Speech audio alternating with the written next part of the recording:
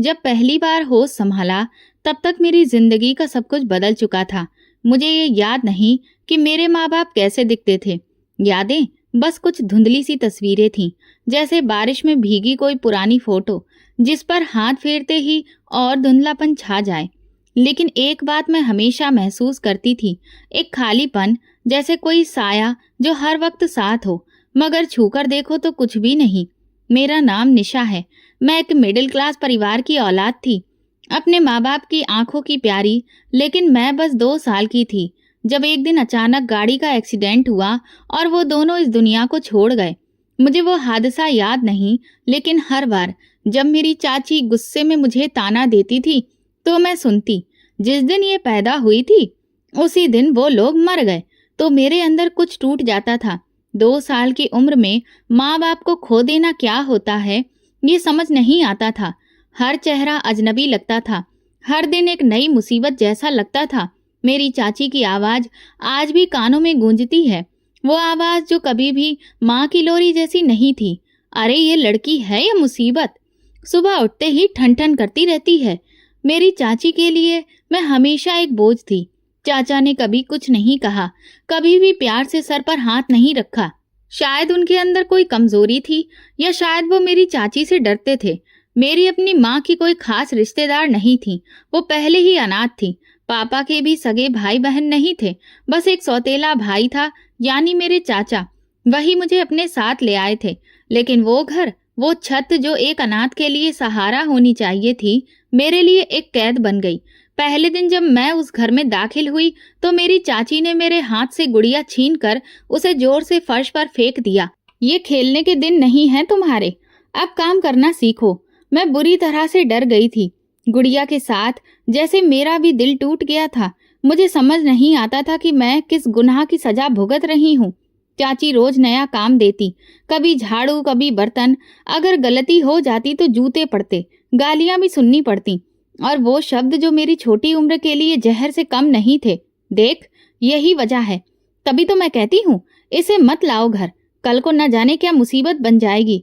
चाचा कभी कुछ कहने की कोशिश करते तो चाची ऊंची आवाज कर देती, तुम्हें तो वैसे भी मुझसे दिक्कत है, क्या मैं किसी की भलाई कर रही हूँ?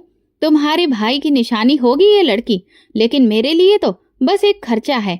मैं चुपचाप रोती रहती थी, कभी किसी कोने में, कभी रजाई के अंदर, जहाँ कोई सुन न सके। मेरा दिल चाहता कि माँ आ जाए, मुझे गोद में उठाए, मेरी गुड़िया वापस कर ले, लेकिन वो तो किसी और ही दुनिया में चली गई थी। एक दिन बारिश हो रही थी, बिजली चमक रही थी। मैं खिड़की के पास बैठी छत से टपकते पानी को देख रही थी। चाची ने जोर से पुकारा, झापड़ खाएगी या फिर बर्तन धोएगी? दोपहर का खाना गरम कर। मैं भागकर किचन में गई, पैर फिसल गया और हाथ जल गया। चाची ने एक नजर भी नहीं डाली, बस गाल पर एक थप्पड़ मारा। इतना सा काम करना भी नहीं आता तुझे? चाचा ने बीच बचाव करने की कोशिश की। बस करो, बच्ची है। अच्छा, बच्ची है, 2 साल की तो नहीं रही है अब, और हमने कोई अनाथालय नहीं खोल रखा है। वो रात मेरी आंखों से नींद छीन ले गई। मेरे दिल से सुकून की ठंडक खत्म हो चुकी थी। मैं जल्दी ही समझ चुकी थी कि दुनिया में मेरा कोई नहीं है। हर इंसान सिर्फ अपने फायदे के लिए सोचता है, और हर दिल में कोई ना कोई हिसाब चलता रहता है। मैं तो बस एक गैर जरूरी मजबूरी थी, जो ना चाहते हुए भी जिंदा थी। मेरी चाची ने मुझे हमेशा सिर दर्द समझा, लेकिन मुझे तब अंदाजा हुआ जब मैंने देखा कि मैं उनके लिए सिर्फ एक बोझ नहीं, बल्कि कमाई का मौका भी थी। उसी सुबह जब मैं आटा गूंथ रही थी, तभी दरवाजे पर दस्तक हुई। चाची ने दुपट्टे का पल्लू सीधा किया और सख्त लहजे में बोली, जा देख कौन है, खड़ी क्या देख रही है? मैं दरवाजे तक गई। बाहर एक उम्रदराज औरत और एक आदमी खड़े थे, जिसके बालों में सफेदी झलक रही थी। उन्हें देखकर दिल में हल्की सी हलचल हुई, लेकिन मैं तुरंत पीछे हट गई और चाची को बुला लाया। उस दिन चाची का लहजा बदला हुआ था, जैसे बादलों से भरे मौसम में अचानक सूरज निकल आया हो। वो औरत कहने लगी, हमें कुछ पता चला है कि आपके पास एक लड़की है।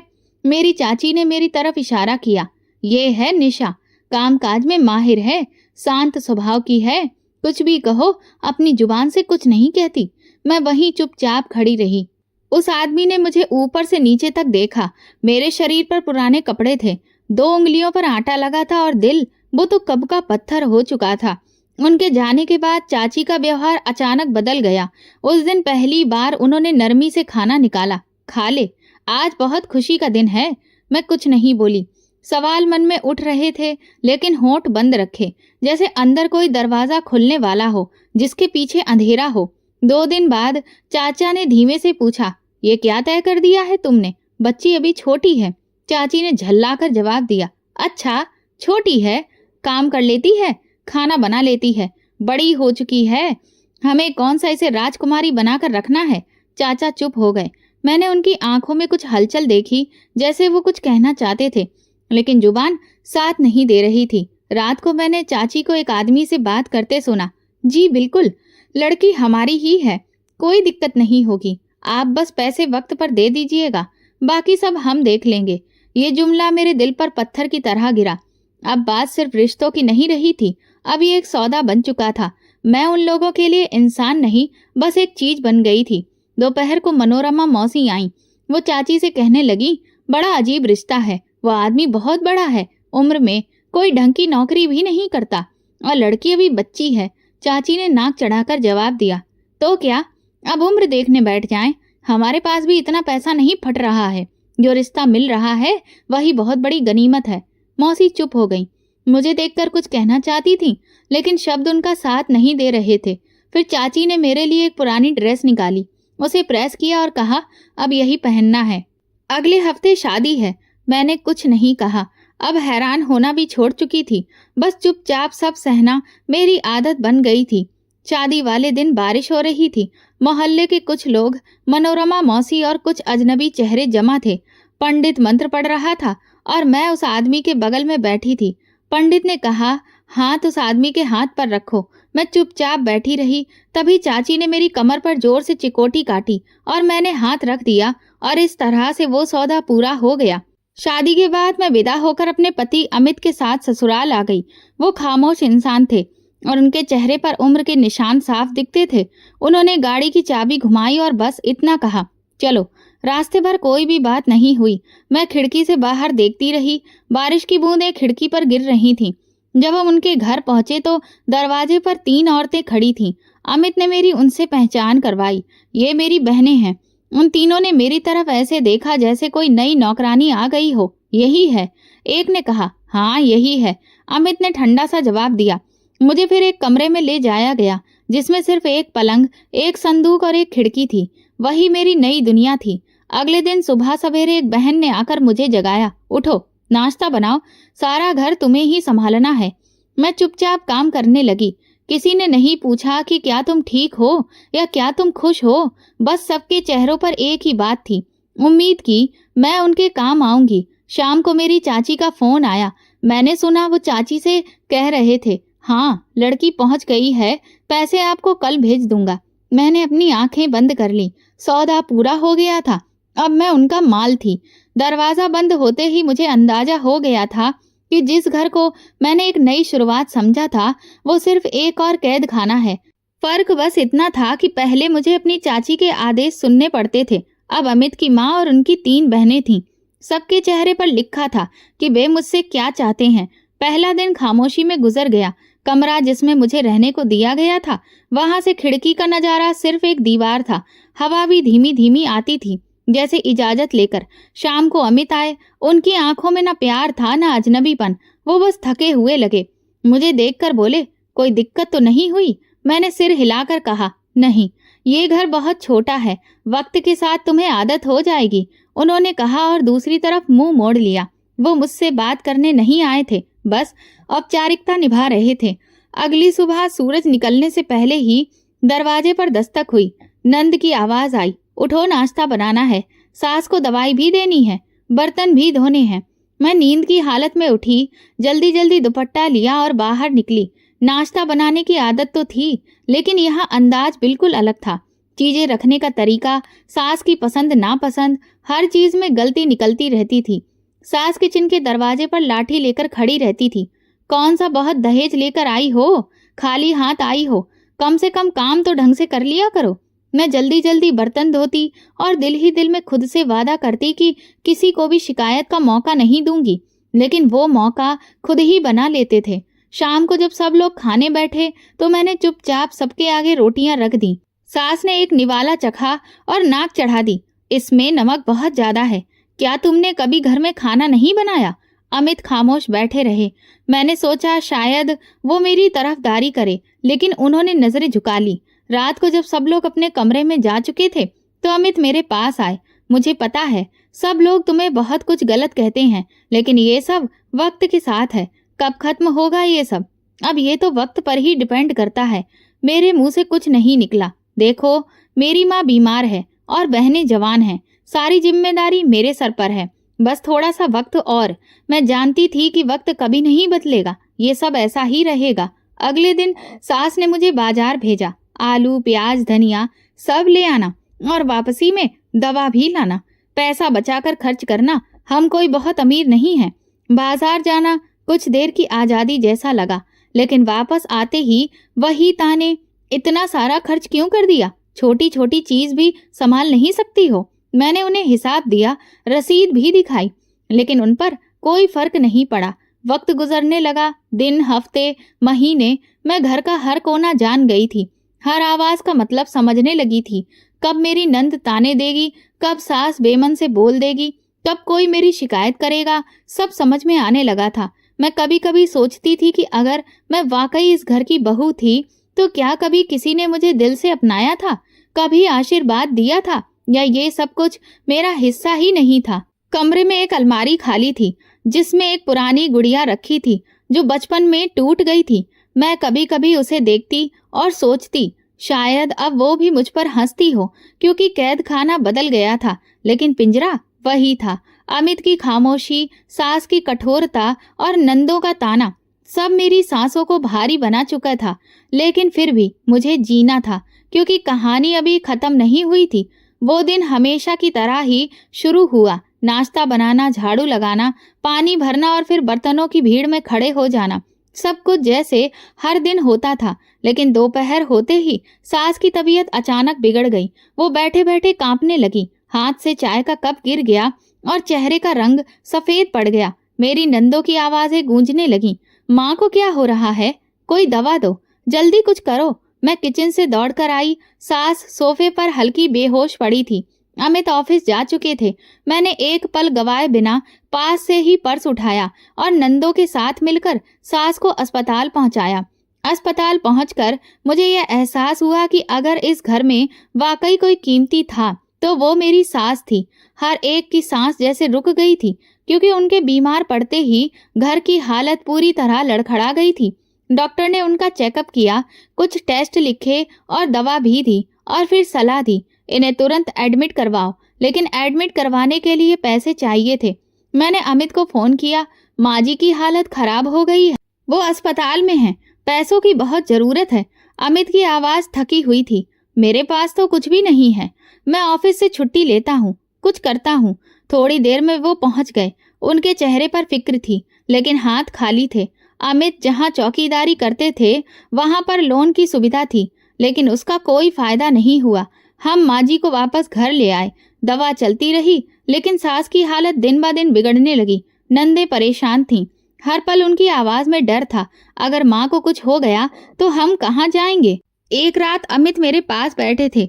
मैं मेज पर उनके लिए चाय रख रही थी कि उन्होंने कहा, तुमने बहुत हिम्मत दिखाई है, भगवान का धन्यवाद कि तुम साथ में थी। मैंने कहा, यह मेरा फर्ज था। मैंने सर झुका लिया। बस काश मेरे पास कुछ होता जिससे मैं माँ को बचा लेती। कुछ दिनों के बाद सास चल बसी। घर का माहौल अजीब सा हो गया, लेकिन कुछ वक्त के बाद वो खामोशी किसी और चीज में बदल गई। माँ के गुजर जाने के बाद नंदों की नजरें बदल गईं। जहाँ पहले वो अपनी माँ के साए में छिपी हुई थी, अब वो खुद को अकेला महसूस करने लगी। उनकी उम्र बढ़ती जा रही थी और कोई रिश्ता भी नहीं रह गया था। अमित का व्यवहार भी बदल गया था। पहले वो चुप रहते थे, लेकिन अब ज्यादातर गुस्से में रहते थे। एक रात उन्होंने चाय का कप जोर से टेबल पर रखते हुए कहा, अब सब कुछ मेरे ही कंधों पर आ गया है, बहनें, घर, खर्चा, सब कुछ। मैं उनकी बातें सुनती रही चुपचाप। तुम्हें क्या पता कि मुझे कितनी मुश्किल होती है, ये सब तुम्हारे बस का नहीं है। उनकी आवाज तेज होती जा रही थी। मैंने धीरे से पूछा, क्या मैं आपकी कुछ मदद कर सकती हूँ? वो हंसने लगे, लेकिन वो हंसी किसी खुशी की नहीं थी, तुम भला क्या कर सकती हो? ना तो पढ़ाई लिखाई है, ना नौकरी, और ना ही कोई हुनर है। बस एक चीज है। मैंने उनके चेहरे की तरफ देखा। उनकी आंखों में एक अजीब सी चमक थी जो पहले कभी नहीं देखी थी। क्या मतलब है आपका? मैंने धीरे से पूछा। रहने दो। उन्होंने चाय का आखिरी घूंट लिया और कमरे से बाहर चले गए। दूसरे दिन उन्होंने मुझसे कहा, कल मेरे ऑफिस मेरे साथ चलना, तुम्हें बॉस से मिलवाना है, वो तुमसे कुछ बात करना चाहते हैं। मैं हैरान होकर बोली, मुझसे भला क्या बात करेंगे? हाँ, बस तुम तैयार रहना, जैसे किसी पार्टी में जाना हो, अच्छे कपड़े पहनना। मुझे कुछ भी समझ नहीं आ रहा था, लेकिन मैं चुप रही। अगली सुबह वो मुझे बाजार ले गए। वहां हमने एक सूट खरीदा और सैंडल। उन्होंने कहा, बस साफ सुथरी दिखना। शाम को जब घर लौटी तो नंद हैरान थी। क्या हुआ? बाजार क्यों गई थी? मैंने कोई जवाब नहीं दिया। अगली रात अमित ने मुझे फिर से याद दिलाया, कल समय पर तैयार रहना। देखो, हमारा वक्त बदल सकता है। अगर तुम थोड़ी सी हिम्मत करोगी तो हम सबका भला हो जाएगा। मैंने अमित की बात सुनी, लेकिन मेरे दिल में अजीब सी हलचल होने लगी। अमित ने मुझे ऑफिस के बाहर बाइक से उतार दिया। शाम का वक्त था और मौसम में अजीब सी ठंडक थी, लेकिन मेरे अंदर बेचैनी छाई थी। मैंने पूछा, किससे मिलने आए हैं यहाँ? वो सीधे सामने देखते हुए बोले, कहा ना, बॉस से। वो कह रहे हैं कि वो तुम्हें बस देखना चाहते हैं। एक छोटी सी मुलाकात है। मेरे कदम रुक गए। भला इसमें मेरी क्या जरूरत है? उन्होंने चेहरा मेरी तरफ मोड़ते हुए कहा, अगर मैंने कहा है तो बस जरूरत है, बाकी की बातें बाद में करना। तुम्हारे वहां जाने से मेरा फायदा है, मेरी तरक्की हो सकती है, सैलरी भी बढ़ सकती है और काफी सारी सुविधाएं भी मिल सकती हैं। मैंने सख्त लहजे में कहा, अमित, ये कैसा फायदा है? उसने गुस्से में कहा, तुम्हें दिक्कत क्या है? बस एक मुलाकात ही तो करनी है। देखो, मुझे ये सब पसंद नहीं है। मैंने बात काटते हुए कहा, तो फिर बताओ क्या करोगे? वापस अपनी चाची के घर जाओगी? शायद तुम ये भूल गई हो कि उन्होंने तुम्हें किस तरह से बेच दिया था। मेरे कदम जमीन में धंस गए। वो आगे बढ़ गए और मुझे पीछे छोड़ गए। वो रात बिना कुछ कहे गुजर गई।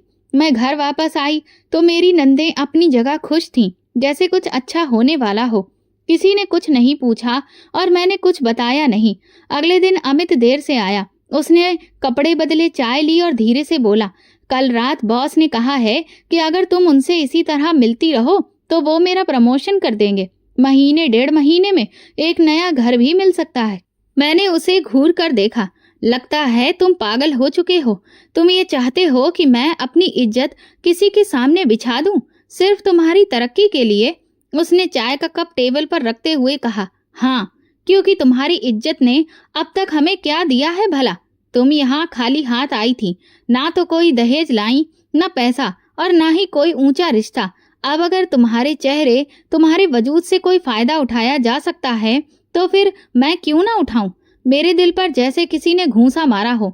मैं चुप रही। आंखों में सिर्फ एक सवाल था, क्या ये वही अमित है जिसने कभी मेरे सामने हमदर्दी से बात की थी? वो सोफे से उठा और कहने लगा, कल रात तैयार रहना, एक अच्छी सी ड्रेस लाकर दूंगा। मेरा बॉस अगर खुश हो गया तो हम सबकी जिंदगी बदल जाएगी। मैंने उसे रोकने की कोशिश की। अमित, प्लीज, मैं तुम्हारी पत्नी हूँ, मुझे ये सब करने के लिए मजबूर मत करो। वो पलटकर बोला, पत्नी हो इसीलिए तो कह रहा हूँ कि मेरे हर इरादे में मेरा साथ दो, वरना फिर तलाक के कागज तैयार हैं। अगले ही दिन तलाक दे दूंगा और तुम्हें चाची के घर पटक आऊंगा। फिर वही बर्तन, वही झाड़ू और वही रोज की गालियां। मैंने वो रात जाग कर गुजारी। आंखें जब भी बंद करती, मेरी चाची का वही घर नजरों के सामने आ जाता। बहुत तेज आवाजें, वो झिड़कियां, वो हर दिन की मार, और दूसरी तरफ अमित था जो मेरी इज्जत की कीमत लगा रहा था। अगली शाम वो एक नया सूट मेरे हाथ में पकड़ाकर बोला, ये पहनो, तैयार हो जाओ। तुम जितनी खूबसूरत दिखोगी उतना ज्यादा फायदा होगा। मैंने वो सूट हाथ में पकड़ा और कमरे में आ गई। दरवाजा बंद किया और शीशे के सामने खड़ी हो गई। खुद को देखा, कुछ देर नजर झुकी रही, फिर खुद से कहा, क्या मैं अब एक सिर्फ चेहरा हूँ? अमित दरवाजे पर दस्तक देने लगा। चलो, देर हो रही है। मैं तैयार हो गई, वैसे ही जैसे अब मेरे हाथ में कोई फैसला नहीं बचा था, जैसे कोई कठपुतली जो किसी डोर के इशारे पर चलती है। दूसरी रात फिर वही रास्ता, वही बंगला, वही खामोशी। अमित ने हमेशा की तरह मुझे बाइक पर बैठाया और रास्ते भर कोई बात नहीं हुई, जैसे मैं कोई सामान हूँ जिसे वो किसी जगह डिलीवर करने ले जा रहा हो। जब हम गेट पर पहुंचे तो वो मुझे लॉन्च तक लेकर गया। एक बार फिर वही नौकर और फिर वही बात, मैडम को यहीं छोड़ दीजिए, वो बाद में आएंगे। अमित चुपचाप पलटा और चला गया। मैं उसी लॉन्च में अकेली रह गई। वहीं पर बैठी बैठी वक्त गुजरता रहा। कमर में दर्द होने लगा। कभी सामने की घड़ी को देखती, कभी उस दरवाजे की ओर जहां से कोई आने वाला था, लेकिन वो दरवाजा सारी रात वैसा ही बंद रहा। कभी कभी कोई नौकर पानी दे जाता या पूछ लेता, चाय ले आऊं? मैं इनकार में सिर हिला देती। दिल वैसे भी किसी चीज की चाह नहीं रखता था। रात के करीब 3 बजे मैंने खुद को सोफे पर लिटा दिया। आंखें बंद कर ली, लेकिन नींद नहीं आ रही थी। सिर्फ तरह तरह के विचार आ रहे थे। ये सब क्या हो रहा है? सुबह हुई तो वही नौकर फिर आया। इस बार उसके हाथ में एक लिफाफा था। साहब ने कहा है कि आप घर चली जाइए, ये पैसे ले जाइए, अपने पति को दे दीजिएगा। मैंने लिफाफा पकड़ा और चुपचाप बाहर निकल आई। दरवाजा मेरे पीछे बंद हुआ। गाड़ी पहले से मौजूद थी। मुझे घर छोड़ा गया। मैं अंदर आई तो अमित तैयार हो रहा था। आ गई? हाँ, गाड़ी छोड़ गई थी। उसने जैसे ही लिफाफे की तरफ देखा तो लपक कर पकड़ लिया। लिफाफा खोलकर खुशी से बोला, अरे वाह, ये तो पिछली बार से भी ज्यादा है। शाबाश, तुम तो बहुत ही काम की निकली हो। मैंने उसकी तरफ देखा, लेकिन कुछ कह नहीं पाई। वो पहले ही खुद में इतना मगन था कि मेरी खामोशी भी उसे सुनाई नहीं दी। नंदे खाने के समय हैरत से पूछने लगी, ये भाभी इतनी चुप क्यों रहती है? दूसरी बोली, छोड़ो, भैया तो खुश है, बाकी सब सही है। तीसरी हंसकर कहने लगी, हो न हो कुछ तो ऐसा है जो हमसे छुपाया जा रहा है। मैंने सब सुना, लेकिन कोई जवाब नहीं दिया। रात को अमित ने फिर से एक नया सूट दिया और कहा, कल फिर से जाना है। तुम्हारा वहां रोज रोज जाना हमारे लिए बहुत फायदेमंद हो रहा है। हर दिन तरक्की के करीब पहुंच रहे हैं। मैंने पूछा, अमित, क्या तुम्हें कभी ये ख्याल नहीं आता कि वहां पर क्या होता है? वो बड़ी लापरवाही से बोला, मुझे इस सब से कोई मतलब नहीं है। मुझे तो बस पैसों से मतलब है। तुम वहां जाकर बैठो, पैसे लो और वापस आओ। बाकी जो है वो हमारी कोई दिक्कत नहीं है। मुझे ऐसा लगा जैसे मेरे जमीर को किसी ने 2 टुकड़ों में बांट दिया हो।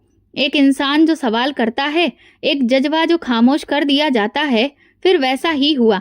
मैं बंगले के अंदर गई, सोफे पर बैठी, दरवाजा बंद, नौकर चुपचाप। वक्त चलता रहा। खाने की खुशबू आ रही थी। जूस दिया गया, दिल नहीं माना। ना कुछ खाया ना पिया। सारी रात सोचती रही, ये खेल क्या चल रहा है? क्यों बार बार मुझे यहाँ बुलाया जा रहा है? क्यों कोई मुझसे मिलने नहीं आता, न कुछ कहता है? फिर पैसे देकर वापस क्यों भेज दिया जाता है? सुबह वही नौकर आया, हाथ में लिफाफा था। सर ने कहा है कि आपको गाड़ी छोड़ आएगी, अकेली मत जाइएगा। रास्ते में गाड़ी के शीशे से बाहर देखते हुए मैं सोच रही थी, क्या ये सजा है या फिर इस सब के पीछे कोई और मकसद है? अगर मकसद सिर्फ शरीर होता तो अब तक बहुत कुछ हो चुका होता, लेकिन ये सब बिना किसी आवाज के, बिना किसी हरकत के और बिना किसी मकसद के आखिर है क्या? घर पहुंची तो आज फिर अमित खुशी खुशी लिफाफा खोल रहा था। बहुत बढ़िया, अब तो हम नया फ्रिज भी खरीद सकते हैं और वॉशिंग मशीन भी। और अगर सब कुछ ऐसा ही चलता रहा ना, तो 1 साल में सब बदल जाएगा। मैंने उससे पूछा, कभी सोचा है कि अगर वो चाहे तो हो सकता है मुझे वापस ही ना भेजें? अरे, वो इतने समझदार हैं कि अच्छे से जानते हैं कि तुम तभी कीमती हो जब तुम यहाँ वापस आ जाती हो, इसीलिए तो भेज देते हैं। और उसकी बात मेरे अंदर जैसे खंजर बनकर लगी। अब मैं सिर्फ फायदा देने वाली एक औरत रह गई थी। अमित की नज़र में इज्जत वो चीज़ थी जो पैसों में बदली जा सकती थी। चौथी रात मैं उस बंगले में नहीं गई, बल्कि मैंने फैसला कर लिया था, अब और तमाशा नहीं जीना है। सुबह उठी, दुपट्टा लपेटा और चुपचाप दरवाजे से निकल पड़ी। मेरी नंदे अभी भी सो रही थी और अमित ऑफिस के लिए निकल चुका था। मैंने किसी से कुछ नहीं कहा। धीरे धीरे रास्ता तय किया। मेरी उंगलियां अपने दुपट्टे को कसकर पकड़े हुए थीं, जैसे अंदर की घबराहट को छुपाने की कोशिश कर रही थी। रास्ता वही था जो हर बार अमित के साथ तय किया था, लेकिन आज पहली बार अकेली जा रही थी। मेरे कदम लड़खड़ा रहे थे, लेकिन अंदर सवालों का शोर था। बार बार वही दृश्य मन में घूम रहा था। खाली लॉन्ज, बंद दरवाजे, खामोश नौकर और सुबह के समय हाथ में लिफाफा। ये कौन सा खेल चल रहा है?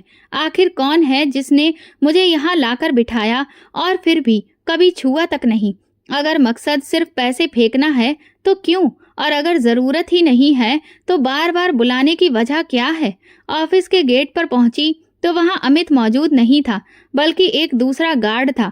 मैंने कहा, मुझे अंदर जाना है। वो बोला, अमित साहब की पत्नी हो? उसने नजर घुमाई और फिर कहा, आज साहब तो बॉस के साथ हैं, आप भी अंदर जा सकती हैं। अपना नाम बता दीजिए।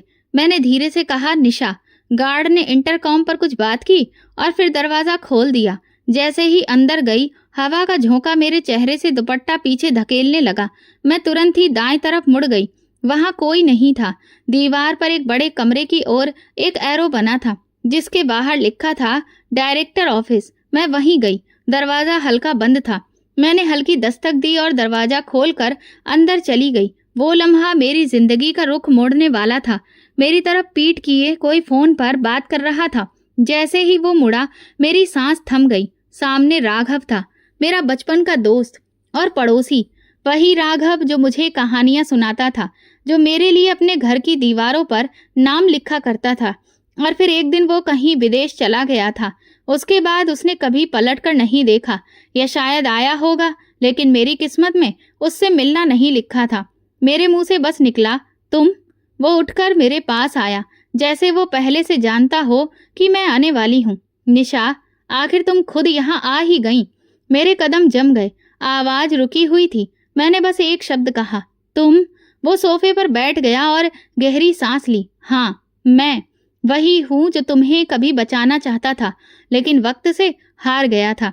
मैं खामोश हो गई, बस उसे देखती रही। वो कहने लगा, तुम्हें याद है बचपन में जब तुम अपनी चाची की मार से डरकर मेरे घर में जाकर छुप जाती थी, तो मैं तुम्हें चॉकलेट लाकर देता था। मैंने नजर झुका ली। ये सब क्यों हो रहा है? ये खेल क्यों? राघव ने धीरे से कहा, मैं जब वापस आया तो पता चला कि तुम्हारी शादी हो चुकी है। फिर एक दिन तुम्हें ऑफिस में अमित के साथ देखा और उसने खुद तुम्हारी बात छेड़ दी। मैंने बेयकीनी से उसे देखा। उसकी आवाज में नफरत थी। हाँ, वो तुम्हारी खूबसूरती के तारीफों के पुल बांध रहा था। मैंने उसे आजमाने के लिए कहा, अगर मैं तुम्हारी पत्नी से एक रात की मुलाकात चाहूँ तो? और वो तुरंत मान गया। मेरे हाथ कांपने लगे, लेकिन मैंने फिर भी फैसला किया कि तुम्हें उन लोगों के बीच नहीं रहने दूंगा जिन्होंने तुम्हें बेचा। अमित को मैंने वही दिया जिसकी वो उम्मीद कर रहा था, लेकिन मैंने तुम्हें कभी छुआ तक नहीं। मैंने फिर पूछा, और वो पैसे? वो सिर्फ उसकी गंदी आदतों को और बढ़ाने के लिए थे, ताकि उसे यही लगे कि सब कुछ उसी की मर्जी से हो रहा है और वो तुम्हें बार बार वहां भेजे। लेकिन असल में मैं तुम्हें उससे आजाद करने की तैयारी कर रहा था। मैं चुपचाप खड़ी रही, आंखों में सवाल, दिल की धड़कन तेज। अब ये तुम पर है कि तुम क्या चाहती हो। राघव की आंखों में वही नमी थी जो बचपन में हुआ करती थी। मैंने खुद से पूछा, क्या मैं अभी भी एक कठपुतली हूँ, या अब वक्त आ गया है कि मैं अपने ही हाथों में बंधी डोर को काट डालूं? दरवाजे पर हल्की सी आहट हुई। अमित खड़ा था। उसका चेहरा पीला पड़ चुका था। वो बोला, ये क्या हो रहा है? तुम यहाँ क्यों आई हो? राघव ने कहा, तुम्हारे लिए भलाई इसी में है कि तुम यहाँ से चले जाओ। तुम्हें इस नौकरी से निकाल दिया गया है। अमित ने मेरी तरफ देखा। तुमने मेरी इज्जत मिट्टी में मिला दी। मैंने उसकी आंखों में देखा और धीरे से जवाब दिया, इज्जत? वो तो तुम पहले ही बेच चुके थे। उसकी जुबान बंद हो गई। वो मुड़ा और चुपचाप बाहर निकल गया। राघव ने दरवाजा बंद किया और कहने लगा, निशा, अब तुम्हें वो फैसला लेना है जो तुमसे हमेशा छीना गया था। अब ये जिंदगी तुम्हारी है। मैंने पहली बार सिर उठाकर कहा, मुझे आज पहली बार लग रहा है कि मैं खुद के लिए बोल सकती हूँ। राघव ने मुस्कुराकर कहा, तो फिर बोलो, क्योंकि अब तुम कोई कठपुतली नहीं रही हो। वो मेरे सामने बैठा था और अमित जा चुका था। खामोशी कुछ लम्हों के लिए छा गई। मेरे हाथ ठंडे पड़ने लगे, जैसे कमरे की हवा एकदम से ठहर गई हो। उसने टेबल पर रखी एक फाइल मेरी तरफ सरकाई। ये अमित की नौकरी से जुड़ी हुई फाइल है। जब मैंने कंपनी खरीदी थी तब वो पहले से ही यहाँ चौकीदार का काम कर रहा था, लेकिन उसकी आंखें हमेशा किसी लालच की तलाश में मेरे सामने नाचती रहती थी। मैंने फाइल खोली, कागज देखे जिनमें मेरी तस्वीर और मेरे बारे में कुछ शब्द मौजूद थे। राघव कहने लगा, उस दिन जब तुम पहली बार लॉन्ज में बैठी थी, मैंने तुम्हें देख लिया था। पहचानने में देर नहीं लगी। फिर मैंने जानबूझकर अमित को बुलाया और वही पेशकश की, ताकि देख सकूं कि वो क्या करता है। मेरे अंदर जैसे एक पहाड़ टूट पड़ा और अमित ने एक पल भी नहीं लगाया, तुरंत मान गया। मैंने सांस रोके सामने बैठे उस इंसान को देखा जिसे मैं बरसों से भूल चुकी थी। वो मेरा बचपन का रक्षक निकला और उसी इंसान के साथ में मैं जिंदगी बिताने के सपने देख रही थी जिसने मेरी कीमत लगाई। राघव कहने लगा, मैं चाहता था कि तुम्हें खुद फैसला करने का मौका मिले, इसलिए मैंने तुम्हें यहाँ आने दिया, बैठने दिया और कुछ नहीं किया। हर बार जब भी तुम वापस गई मैंने देखा कि तुम्हारे अंदर की खामोशी बढ़ती जा रही थी, लेकिन तुम टूट नहीं रही थी, सोच रही थी। मैंने पूछा, और वो पैसे? यही तो चाल थी, ताकि अमित को पूरी तरह से विश्वास हो जाए कि जो भी वो चाहता है वो आराम से हो रहा है, ताकि मैं उसकी असलियत सबके सामने ला सकूं। मैंने फाइल बंद की और धीरे से कहा, क्या तुम जानते थे कि वो मुझे दोबारा भेजेगा? हाँ, इसलिए मैंने सिक्योरिटी कैमरे बंद रखे थे। नौकरों को पहले ही समझा दिया था कि तुमसे कोई सवाल ना किया जाए। मैं बस ये देखना चाहता था कि कब तुम अपनी मर्जी से सच्चाई जानने आओगी।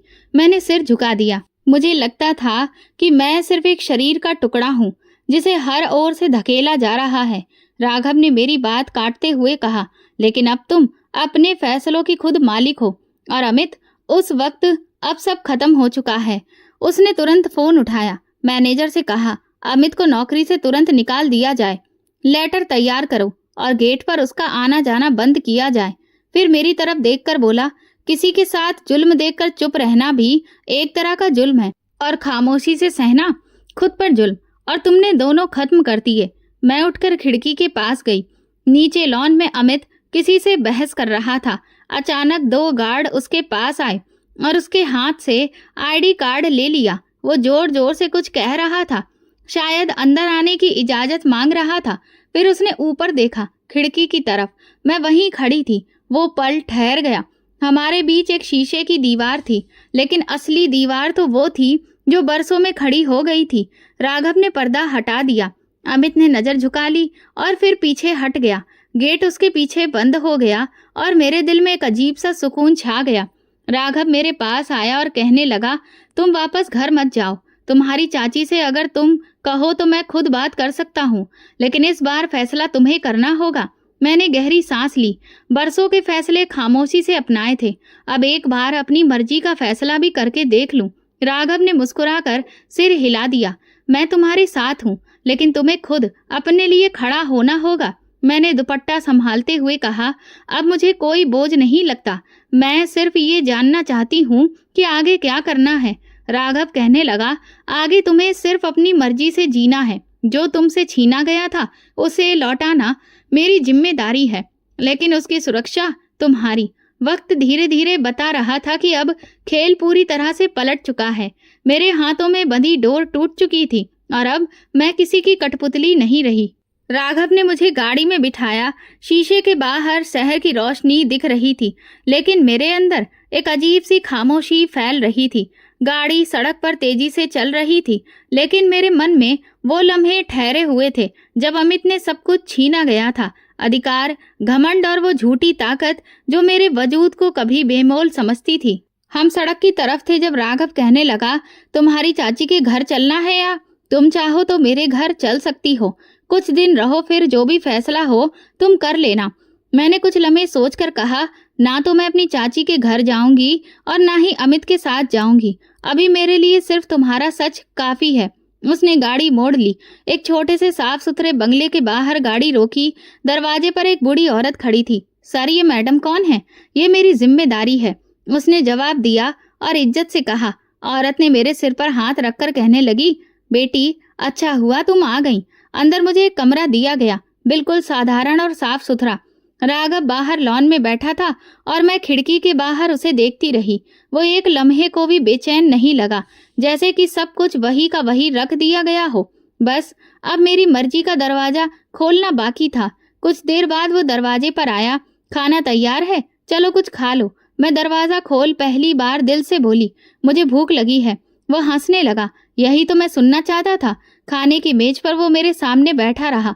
अगर तुम चाहो तो तलाक के कागज मैं खुद दस्तखत करवा दूंगा। कानून तुम्हारे साथ है और मैं भी। मैंने कहा, तलाक तो होगा ही, लेकिन उस इंसान से नहीं जिसने मुझे मारा या छोड़ा, बल्कि उससे जिसने मेरी इज्जत को सिर्फ फायदा समझा। राघव ने सिर हिलाया, और इस बार फैसला तुम करोगी। कोई और नहीं। मैंने पहला निवाला खाया। बरसों बाद ऐसा लगा जैसे पेट ही नहीं, दिल भी भर रहा है। इंसाफ सिर्फ अदालत में नहीं होता, कभी कभी वो किसी ऐसे इंसान की सूरत में सामने आ जाता है जो तुम्हारी खामोशी को आवाज देता है। रात में कमरे की खिड़की से चांदनी अंदर आ रही थी। राघव अभी भी लॉन में टहल रहा था, शायद इंतजार में। मैंने दरवाजे की तरफ देखा और सोचा ये जिंदगी अब शायद बस में है और यही मेरे लिए पहला इंसाफ था। सुबह जब मैं कमरे से बाहर निकली तो राघव टेबल के पास बैठकर एक फाइल पढ़ा रहा था। मैंने उससे कहा कि आज हम वकील से बात कर सकते हैं, और वो बिना हैरानी के कहने लगा, हाँ बिल्कुल, मैं तो पहले ही अपॉइंटमेंट ले चुका हूँ। तुम जब कहोगी हम चलेंगे। गाड़ी में हमारी ज्यादा बातें नहीं हुई। मैं अपने नाखूनों को बार बार देख रही थी, जिन पर वक्त के साथ ना तो रंग बचा था और ना ही कोई रोशनी। वहां पहुंचकर वकील ने कुछ कागजात मेरे सामने रखे। राघव ने सब कुछ संभाल लिया, लेकिन मेरी इजाजत के बिना एक शब्द भी नहीं लिखवाया। जब वकील ने मुझे साइन करने को कहा तो मैं थोड़ा सा रुककर साइन कर दिए। उस कागज पर वो लिखा जा चुका था जो बरसों से दिल पर पत्थर बनकर रखा था। वकील ने फाइल बंद करते हुए कहा, बस नोटिस भेजने की देर है, कानूनी कार्रवाई भी पूरी हो जाएगी। मैं वापस लौटते हुए बोली, क्या तुम अभी भी मुझे मेरी चाची के पास लेकर जाना चाहते हो? वो कहने लगा, हाँ, लेकिन इस बार वो सुनेगी, समझेगी, और उन्हें भी ये दिखाना चाहिए कि अब तुम वो नहीं रही जिस पर कोई जुल्म कर सके। शाम को हम चाची के दरवाजे पर खड़े हुए थे। दरवाजा खुला तो उन्होंने हमें एक पल के लिए हैरानी से देखा। राघव ने अपने बारे में याद दिलवाया तो उनकी आंखें हैरान रह गईं। उन्होंने तुरंत हमें सोफे पर बिठाया। राघव ने सीधी बात की, देखिए चाची, आपने निशा के साथ जो कुछ भी किया, क्या आपको लगता है कि वो माफ करने के काबिल है? वो चुप रही। उनकी नजर झुक गई। उन्होंने मेरी तरफ देखा और बोली, मुझसे गलती हो गई। उस वक्त हालात, राघव ने बात काट दी, हालात कभी भी किसी इंसान की कीमत लगाने की वजह नहीं बनते हैं। आपने उसे एक बोझ समझकर धक्का दे दिया, और अब अगर आपने दोबारा कभी भी निशा से कोई ऐसी वैसी बात की या फिर कोई भी ऐसी चीज की बिना उसकी मर्जी के, तो मुझे मजबूरन आपको सबक सिखाना पड़ेगा। उन्होंने मेरे सामने हाथ जोड़ दिए। बेटी, मुझे माफ कर दो, मैं माँ बनने के लायक नहीं थी, लेकिन दिल से कभी बद्दुआ नहीं दी। मैंने उनके झुके हाथों को छुआ नहीं, लेकिन कुछ कहा भी नहीं। सिर्फ इतना कहा, मैं माफी दे रही हूँ, लेकिन अब भरोसा वापस जुड़ नहीं सकता। राघव कहने लगा, अब हम चलते हैं। तो चाची पीछे हट गई। उनके चेहरे पर पछतावा दिख रहा था, लेकिन अब वो मेरे फैसले को रोक नहीं सकती थी। अगले दिन मैंने अपना आइडेंटिटी कार्ड ठीक करवाया और अपना एक नया मोबाइल नंबर लेकर पहली बार बैंक अकाउंट खुलवाया। राघव ने कुछ भी नहीं पूछा, बस ये कहा, ये सब तुम्हारा अधिकार है और तुम्हें देना भी चाहिए। मैंने एक छोटे से कंप्यूटर कोर्स में एडमिशन लिया और उसकी पढ़ाई शुरू की। धीरे धीरे खुद को रोज के कामों से आजाद कराना शुरू किया। सुबह खुद चाय बनती, शाम को किताब पढ़ती और वक्त निकालकर पुराने दिनों को याद करती। लेकिन अब उन पर रोना नहीं आता था। एक दिन मेरी नंद का फोन आया। हैरान होकर बोली, भाभी आप कहाँ हो? भैया तो कुछ बताते नहीं और तुम भी गायब हो गई हो। मैंने जवाब दिया, जो जिंदगी वो तुम्हें दिखाता था वो झूठ थी, अब सच मैं हूँ। फिर फोन बंद कर दिया। उनके लिए मेरी कोई अहमियत नहीं थी। मैंने सीखा कि आजादी का मतलब सिर्फ दीवारों से बाहर जाना नहीं होता, बल्कि अंदर की जंजीरों को तोड़ना भी होता है, और वो मैं कर चुकी थी। तलाक के कागज मेरे हाथ में आए तो मैंने उसे किसी जीत की तरह नहीं देखा। ये सिर्फ कागज था। असली जीत तो वो खामोशी थी जो मेरे अंदर से निकल गई थी। मैंने वो कागज ट्रायल में रखा और दराज बंद करके वक्त में शीशे के सामने खड़ी थी। चेहरे पर मुस्कुराहट थी और आंखों में सुकून। पहली बार मैंने खुद को देखा और दिल से कहा, ये मैं हूँ, अपनी मर्जी से जीने वाली। एक शाम राघव मेरे दरवाजे पर खड़ा था। उसके हाथ में एक लिफाफा था। कहने लगा, ये शादी का कार्ड है, तुम्हें सबसे पहले देना था क्योंकि सबसे जरूरी तुम हो। मैंने लिफाफा लिया, उसे देखा, लेकिन कुछ कहा नहीं। अंदर साधारण शब्दों में लिखा था, मेरा और उसका नाम। तुम्हें भरोसा है? उसने एक बात कही। मैंने जवाब दिया, मुझे तुम पर भरोसा है, बस यही काफी है। शादी का दिन आ गया। ना कोई हंगामा, ना कोई शोर शराबा। दावत भले ही छोटी थी, लेकिन सब कुछ कायदे से हो रहा था। राघव बोला, तुम जो पहनोगी वही सबसे खूबसूरत लगेगा। तुम्हारी मर्जी, तुम्हारा दिन है। मैंने हल्का गुलाबी रंग का एक साधारण सा लहंगा पहना, जेवर भी कोई भारी भरकम नहीं थे। राघव ने मेरा हाथ पकड़ा पूरे अधिकार के साथ, वो हाथ जो बरसों तक खाली था, सिर्फ काम और तन मन की थकान उठाते हुए आज पहली बार किसी रिश्ते की मजबूती को महसूस कर रहा था। हमारी खुशी में शामिल होने के लिए मेहमान कम थे, लेकिन सबके चेहरे पर रौनक थी। मेरी चाची भी मिलने आई, लेकिन मैंने उनसे कोई खास बात नहीं की, बस औपचारिक मुस्कान दी। वो मेरे पास आकर कहने लगी, बेटी, तुम्हारी खुशी देखकर लगता है कि भगवान ने मुझे माफ कर दिया है। मैंने जवाब दिया, माफी भगवान से मांगते हैं और सब्र वक्त से लिया जाता है। रात के खाने के बाद राघव मेरे पास आया, बोला, अब एक नई शुरुआत होगी। मैंने सर हिलाया, लेकिन दिल के किसी कोने में वो पुराने दिन अभी भी धड़क रहे थे। जख्म चाहे भर गए थे, लेकिन उनके निशान रह गए थे। शादी के बाद राघव के साथ जो घर बना वो महल नहीं था, लेकिन सुकून की जगह था। हर चीज कायदे से, हर फैसला मेरी राय से। वो मेरी हर बात को सुनता, चाहे पसंद की हो या किसी और चीज की। एक दिन मैंने उससे कहा, राघव, मैं काम करना चाहती हूँ। उसने खुशी से कहा, बिल्कुल, लेकिन अपनी शर्तों पर, अपने वक्त और अपनी पसंद के साथ। मैंने एक छोटे से प्राइवेट स्कूल में टीचिंग का ऑफर एक्सेप्ट कर लिया। बच्चों के साथ वक्त बिताना, उन्हें पढ़ाना मुझे एक नई जिंदगी की ओर ले जा रहा था।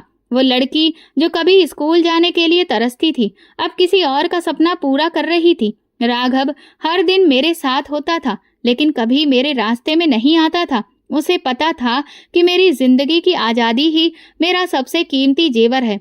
कभी कभी रात को जब सब कुछ खामोश होता, मैं आईने के सामने खड़ी हो जाती। पुराने दाग, पुरानी थकान अब मेरी पहचान नहीं रहे थे, लेकिन दिल जानता था कि वो गुजरे लम्हे ही मेरी बुनियाद बन चुके हैं। राघव ने एक बार रात को कहा, अगर तुम्हें कभी लगे कि तुम अकेली हो तो मुझे जगा देना। मैंने मुस्कुराकर कहा, जरूरत नहीं पड़ेगी, तुम जानते हो तभी तो मैं चैन से सो पाती हूँ। शादी के 1 महीने बाद हमने शहर से बाहर एक छोटी सी ट्रिप का प्लान बनाया। पहली बार मैं किसी होटल के कमरे में बिना किसी डर के थी। दिल में यही बात थी कि अब कोई गंदी नजर नहीं लगेगी। मैं खिड़की से बाहर देखकर बोली, काश मेरे माँ बाप जिंदा होते। राघव बोला, अगर वो होते तो शायद तुम्हारी शादी वो खुद मुझसे कराते। मैं हमेशा तुम्हारे काबिल बनने की कोशिश करता रहा हूँ। मैंने पूछा, और अगर वो नहीं मानते तो? वो हंसते हुए बोला, तो मैं सारी उम्र तुम्हें बचपन की कहानियां सुनाता रहता, बस तुम्हारे पास रहने का कोई ना कोई बहाना बना लेता। हम दोनों हंस पड़े। जिंदगी का पन्ना तेजी से आगे बढ़ रहा था। पुरानी किताब बंद हो चुकी थी, लेकिन उसके शब्द मेरी सोच का हिस्सा बन चुके थे। ये नया रिश्ता, नया सफर मेरे फैसले से शुरू हुआ था, और यही मेरी सबसे बड़ी जीत थी। राघव ऑफिस के काम से दिल्ली गया हुआ था। मैं घर में थी। दोपहर के समय स्कूल के बच्चों के प्रोजेक्ट्स पर काम कर रही थी, जब फोन बजा। एक अनजान नंबर था। हेलो निशा, मैं अमित की बड़ी बहन बोल रही हूँ। एक पल को सब कुछ जम गया। आवाज पहचानी, लेकिन उसके पीछे जो चेहरा था वो धुंधला पड़ चुका था। जी, सब ठीक है, मैंने साधारण सा जवाब दिया। अमित का एक्सीडेंट हो गया है। उसके हाथ पैर पूरी तरह से बेकार हो चुके हैं और जुबान भी अब ठीक से नहीं चल पाती। कुछ दिन तक वो अस्पताल में रहा, लेकिन अब घर पर है। मैंने सोचा तुम्हें बता दूं, आखिर तुम उसकी पत्नी रही हो, अगर चाहो तो आकर देख सकती हो। मैं थोड़ी देर चुप रही, फिर कहा, मैं उसके लिए बस प्रार्थना कर सकती हूँ दीदी। उसे देखना परखना अब मेरे अधिकार में नहीं रहा। उन्होंने कुछ देर बात की, बोली, हम खुद भी बहुत थक चुके हैं। वो हर वक्त तुम्हारा नाम लेता है, कभी माफी मांगता है, कभी आंखों में आंसू आ जाते हैं। शायद वो पछता रहा है। मैंने बात काट दी। पछतावा तभी सही लगता है जब उसकी कोई कीमत अदा की जाए, और मैं अपनी कीमत बहुत पहले चुका चुकी हूँ। अब कुछ भी वापस नहीं हो सकता। फोन बंद हो गया। खामोशी छा गई। मैंने खुद को संभाला और टेबल पर रखे प्रोजेक्ट्स में खुद को बिजी कर लिया, जैसे कुछ हुआ ही नहीं। शाम को राघव का कॉल आया। दिन कैसा गुजरा? मैंने बताया, मेरी बड़ी नंद का फोन आया था। अमित का भयंकर एक्सीडेंट हुआ है, जिसमें उसके हाथ पैर जवाब दे चुके हैं। शायद सजा वहीं से मिली है जहां से उसने गलत शुरुआत की थी। राघव ने कहा, उसने जैसा किया वैसा ही भुगता। तुम अगर चाहो तो उसे देखने जा सकती हो, लेकिन ये तुम्हारी मर्जी है। मुझे तो लगता है अब वहां जाने की कोई जरूरत नहीं है।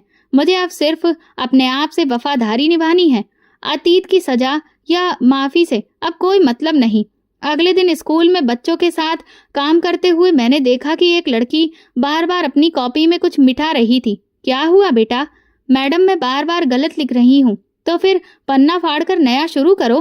बार बार मिटाने से वक्त भी बर्बाद होता है और निशान भी रह जाते हैं। ये कहते हुए मेरे अपने शब्द मेरे दिल में उतर गए। अमित के साथ मेरा जो रिश्ता था वो बार बार मिटाने के काबिल नहीं था। वो पन्ना तो अब फाड़कर अलग किया जा चुका था। उसी रात राघव वापस आया। खाना खाने के बाद मैंने उसे सब कुछ ठीक से बताया। तुम जानते हो, मैंने कहा, मुझे अब तरस नहीं आता, सिर्फ हैरानी होती है। जो इंसान दूसरों की जिंदगी की कीमत लगाकर उन्हें अपने हिसाब से चलाता है, उसे खुद की सांसें भी किस्तों में मिलती हैं। यही फर्क है इज्जत देने में और इज्जत खरीदने में। तुमने सब्र से काम लिया और जिंदगी ने तुम्हें इंसाफ दिया है। राघव ने मेरा हाथ पकड़कर कहा। जब सब हाथ मुझे धक्का दे रहे थे तब तुमने मेरा हाथ थाम लिया। अगले दिन स्कूल में प्रोग्राम था। बच्चों के पेरेंट्स भी आए हुए थे। जब मैं स्टेज पर पहुंची तो एक पल को ऐसा लगा जैसे मेरी आवाज छिन जाएगी या फिर आजाद हो जाएगी। अगर किसी ने आपको इज्जत ना दी हो तो अपनी इज्जत को खुद उस मुकाम तक पहुंचाइए। तालियां बजी। राघव भी पिछली कतार में बैठा था, सर हल्का झुका हुआ, चेहरे पर वही खामोश गर्व। रात को मैं चाय का कप हाथ में लिए छत पर बैठी आसमान देख रही थी। अमित का अंजाम, ना कोई खबर, ना कोई कहानी। वो अब सिर्फ एक मिसाल बन चुका था। राघव मेरे पास आया। कभी कभी अंजाम की खबर भी सुकून देती है ना? मैंने कहा हाँ, लेकिन उससे भी ज्यादा सुकून इस बात में है कि अब मैं किसी के फैसले का नतीजा नहीं हूँ। हम दोनों छत पर बैठे रहे, हवा चलती रही और जिंदगी एक नई तरह से आगे बढ़ती रही। पुरानी गलियों में अब मेरे कदम नहीं जाते थे, लेकिन उसके निशान बाकी थे और वो निशान ये याद दिलाते थे कि अगर कोई इंसान चाहे तो अपने जख्मों से सीख कर सब कुछ संभाल सकता है। जैसा अमित ने किया वैसा ही उसे मिला और जैसा मैंने सब्र रखा उसका अंजाम मुझे सुकून के रूप में मिला और वही मेरा नसीब बन गया। इज्जत कभी भी दूसरों की मर्जी से नहीं, अपनी खुददारी से हासिल होती है। जो दूसरों को तकलीफ देता है, अंत में वही तकलीफ लौट कर उसके पास आती है। ये वीडियो केवल मनोरंजन के उद्देश्य से बनाया गया है। सभी पात्र काल्पनिक हैं। वास्तविक व्यक्तियों, जीवित या मृत या वास्तविक घटनाओं से कोई समानता विशुद्ध रूप से संयोग है।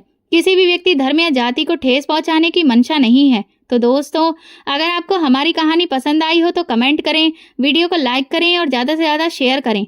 चैनल पर नए हैं तो सब्सक्राइब करें और नोटिफिकेशन बेल दबाएं ताकि अगली अपडेट सबसे पहले आपको मिले। धन्यवाद।